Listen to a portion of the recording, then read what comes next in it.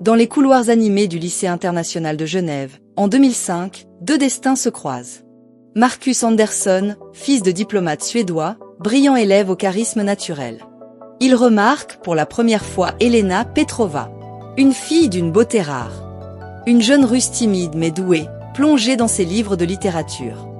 C'était comme si le temps s'était arrêté. Maruk était restée figée. Elena avait cette façon unique de sourire en lisant. Un sourire qui désarme.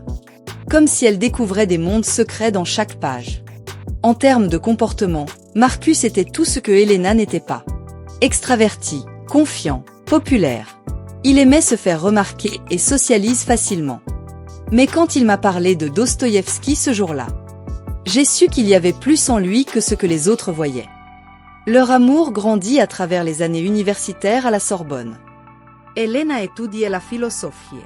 Comprenez son amour pour la lecture. Marcus excelle en relations internationales, comme pour suivre les traces de son père. Les deux partagent un petit appartement dans le Marais et ont une vie heureuse, construisant leur avenir ensemble avec des rêves modestes mais sincères. Nous vivions de pâtes et de projets, confie Elena, toute souriante. Marcus planifiait notre vie, tel un ingénieur et bâtisseur, Elena en est admirative. Une maison, des enfants qui parleraient au moins 3 langues et comblés d'amour. Je croyais en nous, en lui surtout. Bosseur, protecteur et aimant, confie Elena. J'étais ambitieux, oui. Tout comme il l'était et forcément nos futurs enfants aussi. Mais à l'époque, cette ambition incluait Elena qui voyait déjà les choses en grand. En 2012, Marcus décroche le poste de ses rêves et sa vie change radicalement. Analyste senior aux Nations Unies, un poste qui le propulse à la table des grands. Salaire à 6 chiffres, de quoi à mieux vivre et bâtir solidement sa vie. Bureau avec vue sur l'East River à New York, Marcus ne pouvait trouver mieux. Salaire à 6 chiffres, de quoi à mieux vivre et bâtir solidement sa vie. Dans un restaurant étoilé de Manhattan, Marcus et Elena dînent ensemble. Marcus prononce les mots qui briseront 7 ans d'amour comme un château de sable. Je lui ai dit qu'elle n'était pas assez sophistiquée pour mon nouveau monde. Pas assez ambitieuse et classe. Marcus ne trouve plus Elena à son goût. Je vois encore son visage se décomposer. Elena ne s'y attendait pas du tout. Il m'a dit, tu ne corresponds plus à l'image dont j'ai besoin. Elena tout abattue. 7 ans balayés en une phrase, telle une chaussette usée balancée à la poubelle.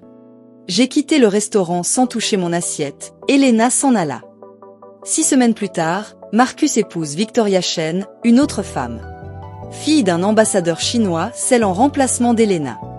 Rencontrée lors d'un gala diplomatique organisé par le père de Marcus. Le mariage est grandiose, couvert par la presse internationale et un grand artiste. Un fils, Alexander, naît l'année suivante de l'union de Marcus et Victoria. Marcus était obsédé par les apparences et le statut social et non l'amour, la valeur humaine. Mais derrière la façade, il était vide, paranoïaque. Il accusait tout le monde de ne pas être à sa hauteur. Après 2 ans de mariage tumultueux, Victoria demande le divorce. Grâce aux meilleurs avocats de son père et des preuves de violence et d'infidélité de Marcus.